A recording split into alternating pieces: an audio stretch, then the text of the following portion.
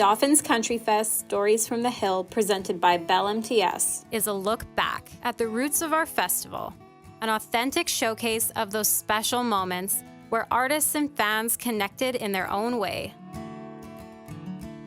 There's so much more meaning to Dauphin's Country Fest than the party itself, stories we would like to share. It's easy to forget that this is a nonprofit organization when you see the unbelievable mark it's made on the community and the countless organizations that have benefited from it. Bell MTS's Stories from the Hill will highlight and keep some of those memories and special stories alive until the next time we can gather on the hill for Dauphin's Country Fest.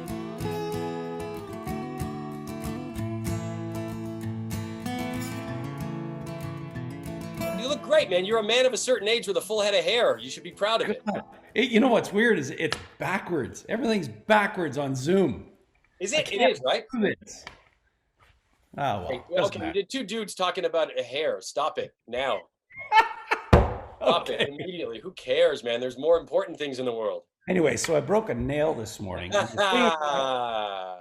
a guitar player, that's a thing. It's a thing. My wife will be like, I'll be like, do you have one of those a long fingernail for picking? No. One of those guys? They're pretty average, but I do know a lot of guys they actually put like the fake ones on because they're real serious pickers. Yeah. I don't. But if I do break one, we have a farm, so I'm always outside and working on stuff. And I break, I'll have to do a gig on a Saturday. We'll go out and I do use my nails, and I'll break a nail on a Thursday or something. And it's just laughable. Here's a grown man breaking a nail working on a tractor. It's like, oh, I broke a nail. What is this gig you speak of? Where are you playing? Oh, back in the old days, we used to assemble a group of people together, and then we'd go and play music for thousands of people in a field. Archaic. It was called a gig. It's called a gig. Can we have a moment of silence? Okay, I'm over it. We got to get that back, actually, because we've got new Roadhammer music. We got a whole pile of stuff going on, and so we'll get to all that. But the thing that's missing in my life is the thing to look forward to, and it's always that. Doesn't matter if it's like a half hour away or if it's halfway around the world. It's a show. You know what it's like. I mean, getting out there and doing the thing, right? Yeah, that is unfortunately the thing that's been taken away from us. It's the communal events. Yeah. Communal events. There's a lot of this going on. Have you noticed that we've gone through? Have you noticed that we've gone through those? There's been phases of it too, right? Like there was when initially started off, there were a few phone calls here and there. You're like, oh, how you doing, man? How you holding up? And it kind of everybody a little bit tense, but just like, hey, hang in there. It's not gonna be happening for very long. Then there were, the few months went by. Then there were the check-in calls. How's it going, man? Can you believe it's been going on for this long? Oh my God, I know, it's crazy. That now people have just given up. They're like, I don't want to catch up with anybody anymore. When it's done, we'll get back out there because I have no new information to give anybody about what's been happening. Yeah, it's interesting. All the artist interviews, like, hey, what are you up to? Well, I'm working on new music. You hear one artist go, I'm putting out an album. And then another one goes, I'm putting out a double album. Well, now Eric Church, I'm putting out a triple album. It just never ends. It's like somebody give these guys a gig, even if it's like on an island where we've all had our tests. It's just like, please. But it just it's just the machine of creativity. It's got to have that outlet too. It's not just the recording part. So it's got to go somewhere. It goes on record. It's good for us as as fans as well. We get to listen. Okay, so here's a question, and I've talked about this with a few people under the with the good people of Dauphin's Country Fest and Stories from the Hill, which we're doing right now. And I find that talking to artists, you guys have fallen on either side of this fence, and one of the sides is holy moly, I got all this time. I've never had this much time to focus, not have to worry about having to be anywhere because there's nowhere we're allowed to be or can be or safely be. So I'm gonna just write all those ideas that I had stored on a hard drive or in a notebook. I'm gonna take those out and I'm gonna pour through them and give them the time that they deserve. Mm-hmm. So that's one side. The other side is almost apathetic. It's like I get my inspiration and my motivation from my life and from meeting people and interacting and seeing things and dinner parties and nights at the pub and all of that stuff, and conversations from friends where there will be a turn of phrase that ignite something in my brain. Yeah. And that is not happening right now. So I am going to shut down, suck my thumb, and sit in the fetal position until this is over. So which one are you? Oh, wow, that's quite the option.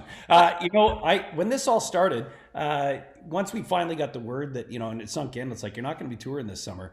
We did something we'd never done before. First of all, I was like, I'm going to be a dad this summer, which was great because my son's 11, my daughter's 14.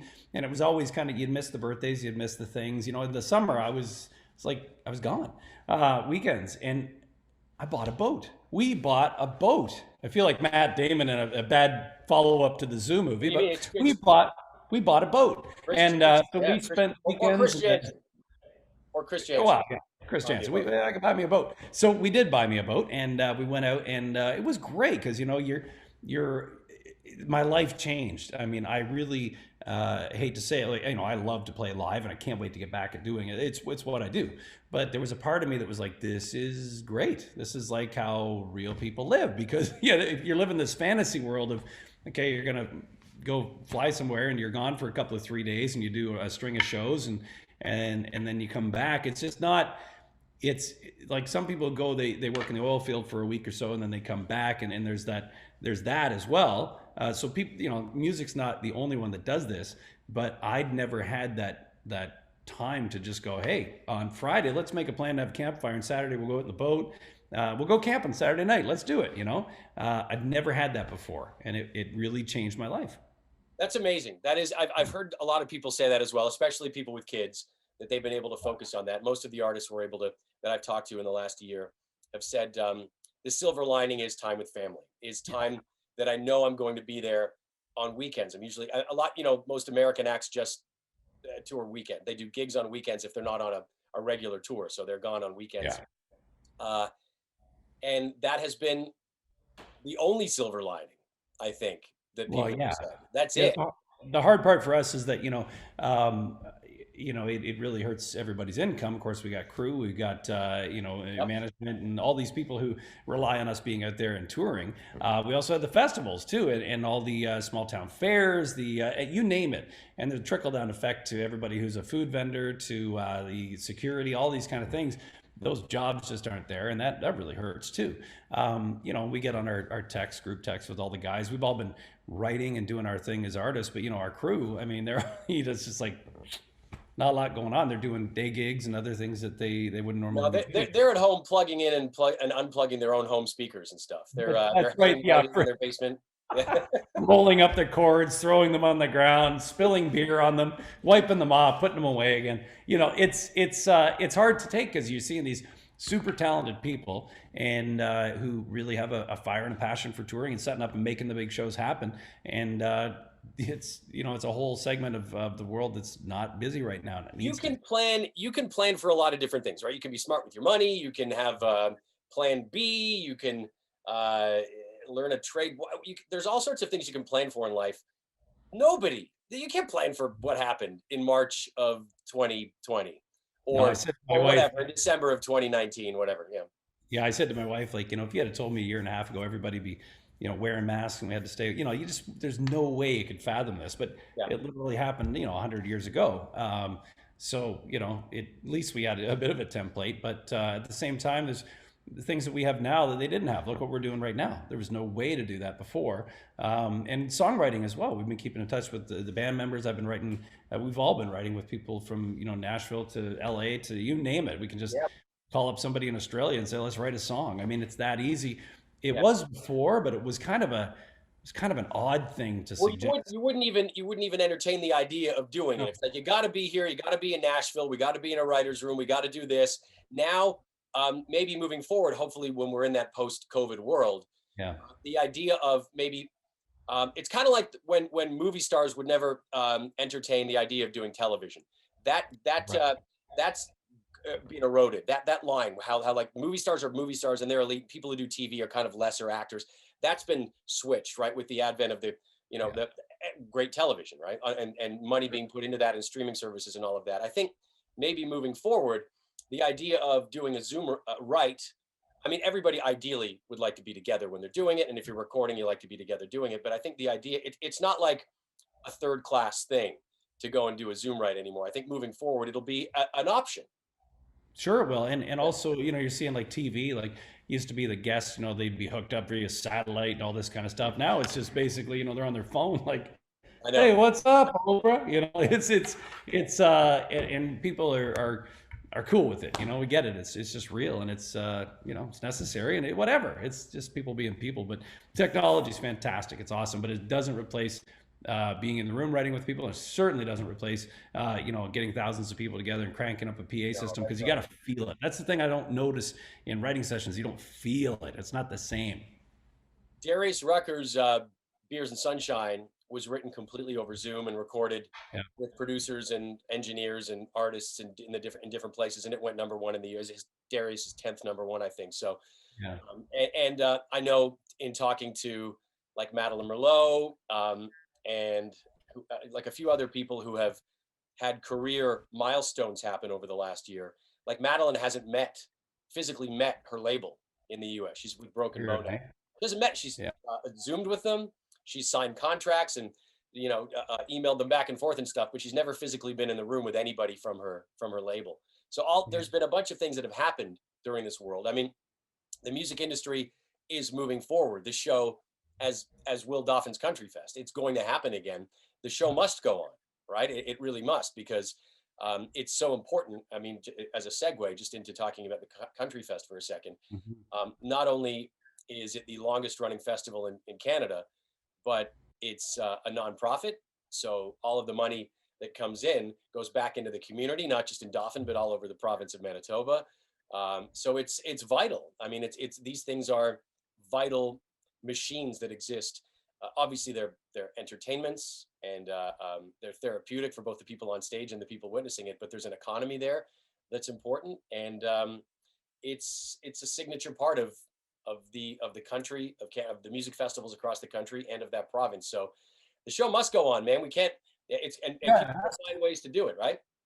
Yeah, the thing about Dauphin is that it's not just province-wide; it's Canada-wide. Everybody, of course, knows about it, and what they do to support talent, that they breed talent in Manitoba that goes all around the world, and of course, that kind of thing. There's far-reaching effects, not just the jobs that are lost, the vendors, and all these things that we see immediately, but they support the music in the province. And like I said, that creates a star system that helps Canadian country music. And then you just talk about Madeline getting signed to the U.S. So artists that go out all around the world, it's something that's very much needed as a petri dish for country artists, if you will. It's a bad. Maybe don't use Anyway, a bunch of germs in a dish, and then they got a record deal. The Road Hammers. Anyway, it's like a used Kleenex of. That's right.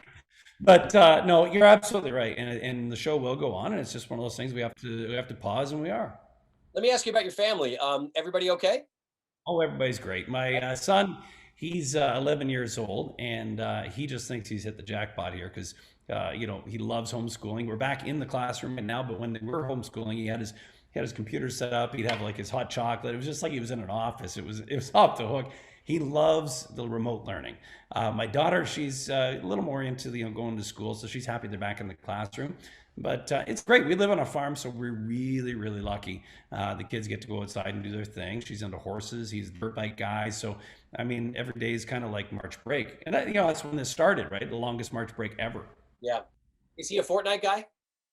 He's a Fortnite guy. He's a Warzone guy. He's, he's all of that.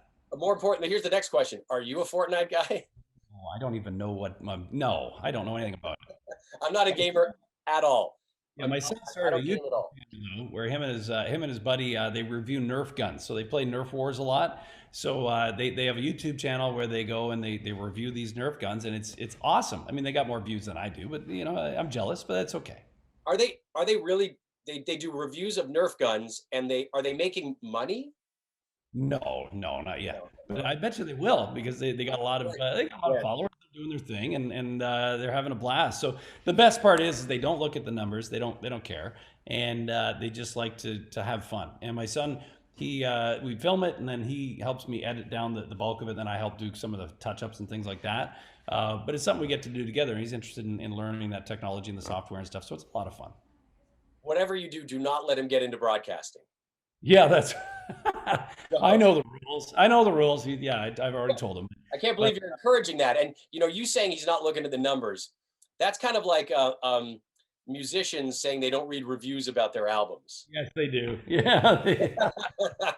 No, I don't think they. Well, they're 11 years old. They're just having fun, and we try to put it in perspective as well. And it's just interesting to see them put something together. Like actually build something. It's fun. So nobody affected medically speaking by COVID or anything in your family or immediate circle or anything? My sister-in-law, my wife's sister, actually contracted COVID-19 not too long ago, about a couple of weeks ago, and she's doing fine. But it's scary stuff. We are further along in what's going on now, so we know more. But my mother, she's older as well, so you want to make sure she's protected in the vulnerable sectors of our society. You got to watch that. And the nice part is that we're seeing the vaccine roll out, and they're in line first, as they should be. Yeah. But for the most part, no, we've been pretty lucky. Tebe had it, and he said it knocked him on his ass for 8 days, like the worst flu he's ever had. 8 days of agony. But other than that, we've been really, really lucky. Yeah, good. Yeah, let's get this behind us. It's just a rotten thing. No kidding. Okay, there you go. You mentioned new Roadhammers music. Let's start there.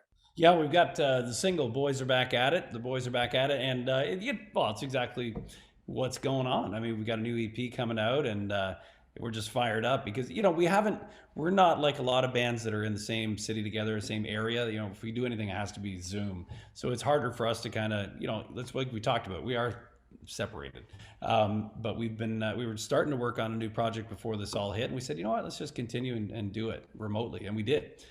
So the new singles, "Boys Are Back at It," and we've got I guess it'll be 6 new songs on an EP. It kind of feels like we're 18 years old again doing this. It's like a brand new thing, right? When we don't make a lot of records. Like we're not out there every 12, 18 months with a new record. So when we do it, it's almost like record, tour a lot, take a little time. We each do our solo things or whatever we're up to, and then we come back at a record, feels new again. And I think that's pretty, for us at least, it's pretty healthy. Yeah, you guys are lucky that way, and your fan base, because of I don't know why. I mean, obviously you guys have a lot of fun when you're on stage, but the uniqueness that you've got and the timing of when you came out and what the vibe was in country when you guys debuted the Roadhammers, you just had so many fans off the get-go that they've just stayed with you forever, and you make new ones along the way. But it's pretty amazing. The story of the Roadhammers is a good one. Yeah, it's incredible. I was a solo artist, and then I was talking to our friend Ted, who was running CMT at the time, and just said I wanted to make like a tribute record to truckers, and I said, maybe we'll put together like a Traveling Wilburys kind of band, or so. I didn't know, and that was back when reality shows had hit, right? I thought they were called documentaries or whatever. It doesn't matter, but they followed us around with a camera, putting it together, and man, it just exploded. Yeah, that was a good one. I'll tell you, and I know I've said this to you before at some point over the years, but when I was first hired at CMT, I knew a little bit about country music. I knew my Dolly and my Willie, but I certainly wasn't that aware of the Canadian country scene. This is in 2004, 2005, and Terry Clark I certainly was familiar with, and Hank Snow, but I mean that was about the extent of it. And when my first real event that I went to was the 2005 CCMA Awards, and you guys played at the Saddle Dome, and it was in the round. It was on the floor of the Saddle Dome, and then everybody else was in the stands. And I was like, "Oh, this is Canadian. I could get into this. This is awesome." Because you were just shredding. You guys were there, and you were like a few feet away from us. It was a pretty unique thing because I was right on the floor, and you guys were shredding. And that was my kind of like introduction to Canadian country music, and I was like, yes please. I remember that one, and that was one of the first. A lot of times they have pre-recorded music as tracks and things, but they were really into making sure they were showcasing the musicianship of the bands, and that really spoke to us because that's what we pride ourselves on, is being loud and kind of rough around the edges, but very real. And I remember that one, and I also remember I remember we did "Girl on the Billboard" one year. We kicked off the show, and we were doing rehearsals that day, and had like this round ring, like an island that we were gonna perform on, and it had pyro all around it. And I'll never forget, we go to step on the ring, Chris goes on, the drummer goes on, Clay goes on, and then I'm the last one, and as soon as I step over this board that was just temporary and onto the ring, this pyro goes off. I could feel it lift my shirt. It went off by accident, and it was just in rehearsal. It went boom, and I was like, I go, wow, I had to change my pants, man. It was insane how loud and big this boom was.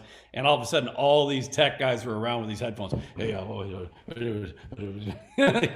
who's to blame for this thing? It was like, they were like, are you okay? Are you okay? I was like, and you're like, what? That was awesome. That's amazing. I'm just in my mind thinking about Michael Jackson shooting that Pepsi commercial when his hair went on fire. Yeah, no, it was okay, but that's the type of thing that can happen. I mean, it's explosives, man. You know, and we've worked with lots of pyro over the years, and it's amazing when something like that goes off that close to you, how loud it is. It's incredible. Yeah, they're like, Jason, are you okay? You're like, what? Yeah. What? Yeah. What? I can't. Your ears are ringing. Oh my goodness, that's amazing. Okay, so you have microphones that amplify it. I mean, it's pretty loud. I think, remember the sound that Gord Bamford's pyro made on Where a Farm Used to Be when he played that at the CCMA Awards? It scared the shit out of everybody. It was massive. I don't know if I was sitting beside you or what. I was probably holding your hand, man. It was like every time it went off, it was like, okay, we're invading tonight over the wall. Here we go. You know, it's like, it is incredible. But pyro is fun. You know, it's a big part of what the Hammers do. And I remember we've had a few, you know, missteps with it over the years, but everybody's got all their fingers. All right. So that's me remembering the first time I got to see the Hammers. Talk to me a little bit about some memories that you've got of playing in Dauphin. I got a bunch. One of the times was, well, with the Hammers, first time we played there. I forget what year it was. You'd probably know better than I, but we borrowed a couple of motorbikes, like choppers, and we decided we were going to enter the stage that way. So Chris and Corbett were jamming the rhythm section with these tracks going. It was just massive, you know. And Kenny, our steel player, it was just great. And Clay and I get these bikes, and we're bringing them up on stage, you know, and it was just like, you know, we tried to look as cool as we could, but it was like, don't drop these dudes' bikes, man. Don't, like, anyway, so then we passed the bike off to a stagehand, right? But the guy didn't quite take it from me. And I didn't have the kickstand down because I was passing it to the guy. And you know when a bike gets to a certain point, you can't hold it anymore, right?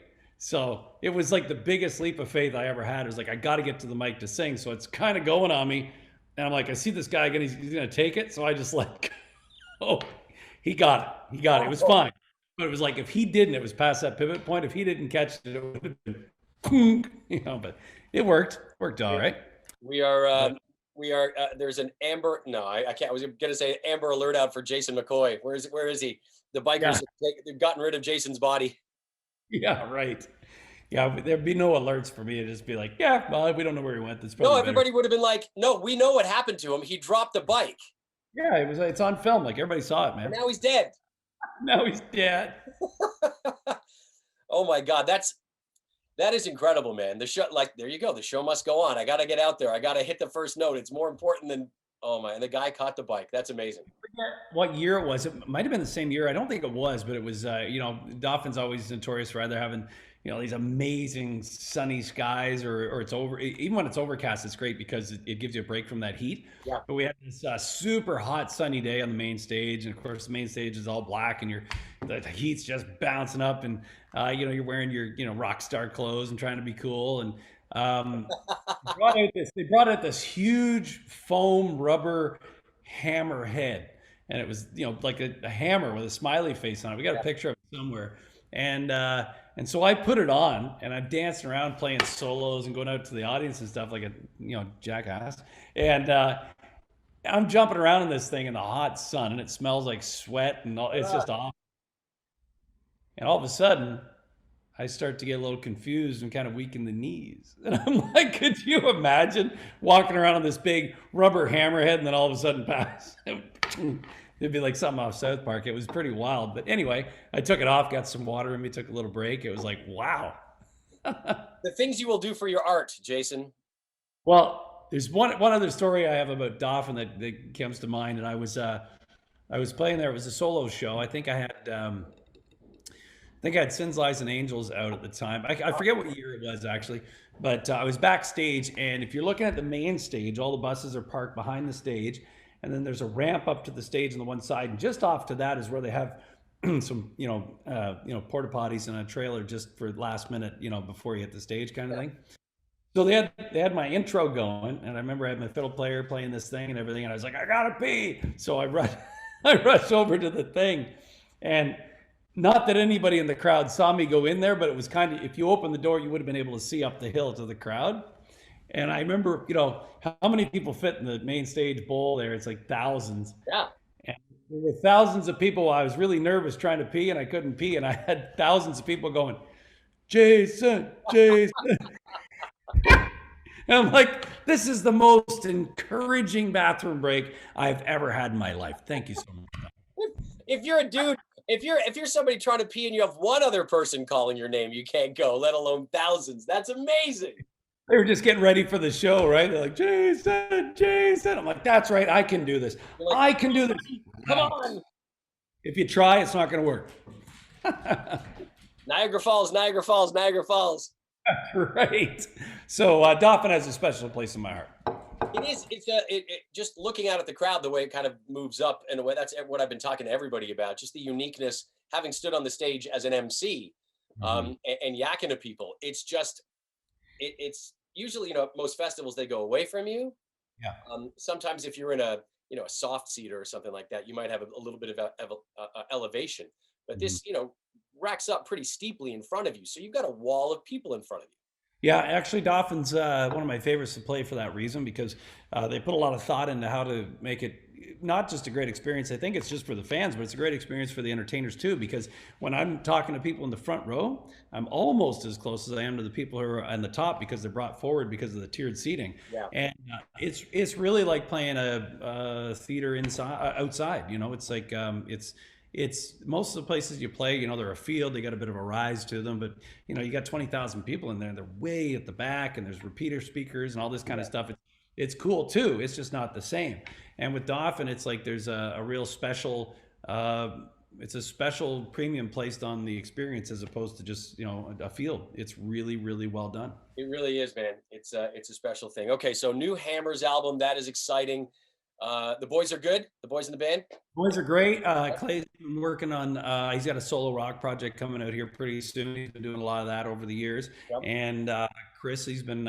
He's always in demand. He's like very, very sought after studio musician of all. He plays bass, but what we always say is that Clay and I play guitar. Chris is the bass player, but Chris is the best guitar player in the band. Not is that kidding. True? Yeah. Oh yeah. Oh, he's brilliant. And so we've been pretty busy doing stuff. But it's been too long, man. It's hard. You forget how good the band is, and I get to say that because I'm just one small part of it. But when we get together and we actually do a rehearsal or something, it's like, holy smokes, like this is really good. And it just some sort of sum is greater than the parts, right? It just works. Yeah, man. It's a big exhale, man. It's always good catching up with you. You look. I got you. I know you were saying that you thought your hair looked great, or didn't look great, but I think you look really healthy, man. You do. You look really healthy. I got my big long hair on for the Hammers, and I wear the hat and stuff. No, so you look really healthy. You look really happy, and I'm so happy to hear the family's doing all right. And I know we've had, obviously your internet has been going. It's a little patchy there. At the beginning, it was super smooth, but whatever. Everybody's forgiving for that stuff, and I'm sure everybody's excited to hear about the Hammers music coming out, but it's always good catching up with you, man. Yeah, back at you, man.